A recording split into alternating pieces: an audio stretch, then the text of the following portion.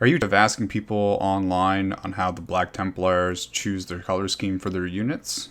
Well, in this video, which is also my first one, I am going to be going over how the Black Templars use their colors and also go over my own homebrew crusade to give you a little bit of an idea of how I'm implementing their colors myself. So Black Templars are one of the most choose your own adventure story for a lot of aspects for an official chapter or legion in this case maybe, but also especially for their marking or color scheme aside from their typical just black power armor, white shoulder pads with a white cross. So right now in the current supplement they give us three options. You have the initiate color scheme, which also includes apparently the HQ and fire support or heavy support, however you want to really look at it. And then the other one is the assault or close support roles with the red trim but the white shoulder pad with the black cross. And then the sword brethren scheme, where it's the red trim with the black shoulder pad and the red cross. They also have this wording in some of the text in the new supplement. So we kind of actually have four choices, but one of them isn't visualized, where it's red trim, red cross, but a white shoulder pad. From what I would assume, they don't really go into too much detail about it, but that's all we get in the current supplement. Now, if we go back to 8th edition, which isn't all that much further back, they give us another option for HQ. They specifically say Castellan, but you could also use that for other HQs, obviously, such as the Marshal or even Chaplains, but we'll get into Chaplains in a minute. They have gold casings, like weapon casings, and also a gold trim on their shoulder pad and just other gold details, just to make them a little bit more blingy. So we really get kind of 5 different variations in their scheme between 8th and 9th edition, which isn't all that much. But if we go back to 4th edition, in that codex, before they got rolled into the mainline Space Marine Codex, which is a story for another time, they actually give us 6 options in that codex. Some of the ones that we've already talked about, minus the gold, but I want to focus on 2 of them specifically, and that is the Chaplain and the Apothecary. Now, the Chaplain is probably the most different out of all of them.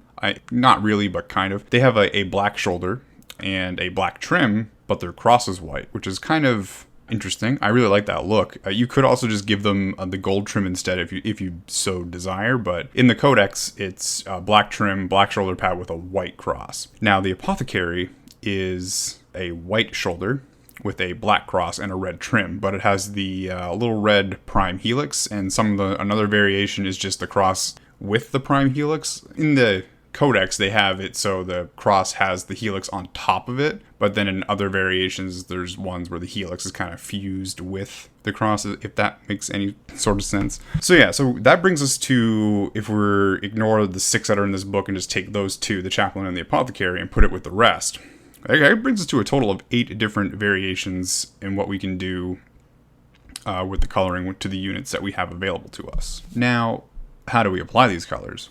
Well, ultimately, that's just up to you, whereas Black Templars are a choose-your-own-adventure story. You can apply them however you see fit. They go through in the supplement currently how they their thought process behind it, but I'm going to go through mine, and maybe you can glean something from that. So if you look at the Primaris Crusader Squad, or even the Firstborn Crusader Squad, the OG boys, they have Initiates, they have Sword Brethren, and they also have Neophytes. In the original one's case, they don't have to take Neophytes if you don't want to, so they can just have Initiates and a Sword Brother. I kind of wished you could have the option to take a Sword Brother or not, because they're not always going to be leading a Crusader Squad, but anyway, the Sword Brethren would be locked to kind of their own color already, so they would have the red trim, black shoulder, and the red cross. And the Initiates, you could either paint them red. You can make them as if they were close support. If you wanted to give them all chain swords, for example, you could paint them all red if you wanted to, and not give them any neophytes. That would kind of make them seem like they are either awaiting a neophyte, or they could be considered a veteran at that point and not want to take on a neophyte, or they could just be, acting as close support instead of kind of the bulk of the fighting force. They're more aggressive or whatever you want to whatever you want to tell your story. Now, if we look at the Primaris side, well, it kind of forces you into that just blank initiate role with the white shoulder, black trim, black cross, and then the neophytes would just be the white shoulder and the black cross with obviously no trim because their scout armor doesn't have any trim. And the Sword Brethren would also be locked to his colors too. Though I guess in that squad, actually, now that I think about it, they don't give you enough neophytes to kind of max out the number of initiates in that squad. So you could throw a couple cheeky red trim in there if you wanted to. It would look kind of weird in my opinion, but you could do it. But let's look at the Primaris side now. So the Assault Intercessors and regular Intercessors are what come to mind, and I see a lot of discussion online about how you should paint Assault Intercessors. Like, should I paint them as close support assaults, or should I paint them as just the regular run-of-the-mill initiate? And again, it's whatever you want it to be. You could paint them as red and have them be considered close support, or you could paint them red and count them as like your veteran Intercessors if you wanted to, but that aren't quite Sword Brothers. Or you could paint them as initiates. In the Codex, they're taken as troops, which is beneficial to us by filling out that troop slot with a cheap assault, but that's not what we're here to talk about. They fill the troop slot, but they're technically considered, in the lore, they're a close support / assault unit, kind of like assault marines, but where you can take them as troops. You could just say they're a Crusader squad. Obviously not rules-wise, they would be a Crusader squad unless you're just taking them, counting them as troops because they're a troop's choice, but their lore is fast attack. It's kind of weird, but you can just paint them as initiates and call it a day. I think they're just a Crusader squad that's awaiting neophytes, or they just don't want any neophytes because they're veterans. Like, you could paint them however you want, but that's kind of my take on it. And then regular Intercessors with the bolt rifles, any of your whatever flavor you want, could just paint them the exact same way. But you would probably want to pick an appropriate bolter to go with them, so either the regular bolt rifle or the assault bolt rifle. Obviously we get fancy chained bolt rifles with the Crusader squad kit. But yeah, you could paint them any sort of way that way, either initiate or close support, and count them as not count them as such, but count them as like, oh, they're a veteran, or they're just providing a close support role. It's kind of whatever you want. Whoa, for me here.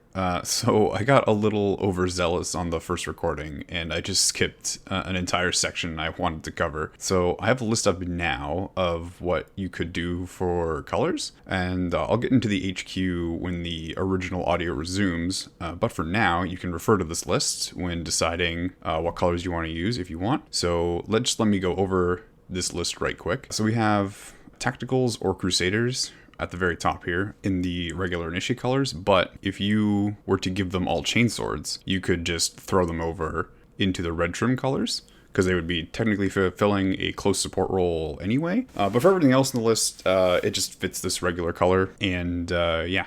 So I have Assault Intercessors called out here as well. But again, you could put them in the normal colors too and just call them Crusader Squad, even though they're fulfilling a close support role, but they could just be more of the bulk fighting force, as I mentioned before in the video. So even though they fulfill, in the lore, a fast attack slot, they're in the troops slot because GW doesn't care about lore role versus game role anymore for the Marines, so you can kind of just paint them, again, however you want. Okay, and the rest of the units over in the Sword Brethren colors are what you can paint as, well, Sword Brethren.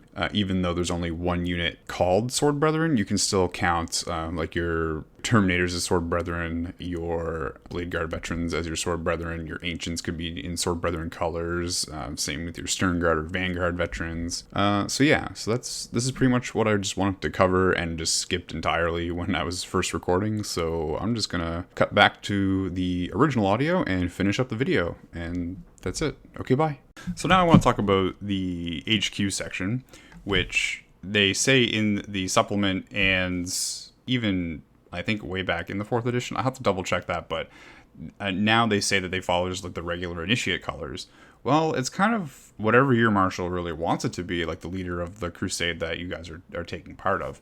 He could have his own custom livery if he wants. It's really, really up to you and how you want to approach it within the color scheme of black, red, and white, and maybe some yellow too, because that would be a real big throwback. But you could just go the gold route, which is kind of a yellow. It's not quite metallic yellow, but it kind of, in the general scheme of things, you could count the yellow bits being just gold. Like, you could paint them gold instead and just kind of have some bling. And that's what I do with my characters. I just give them that little bit of gold, and it just makes them pop a little bit more against the rest of your army, and I think it just looks great. So yeah, that's pretty much it. All right, that's going to be it for this video, everyone. I hope that cleared some things up or gave you some ideas on how to paint your Black Templars, even though I only talked about just a couple of units. So just think about what role the unit is that you're painting is filling, and just paint it accordingly. So with that, welcome to Boundless Battlefields. I hope to see you all for my next video, which should be hopefully sooner than later. But with that, thanks for watching, and I will see you next time.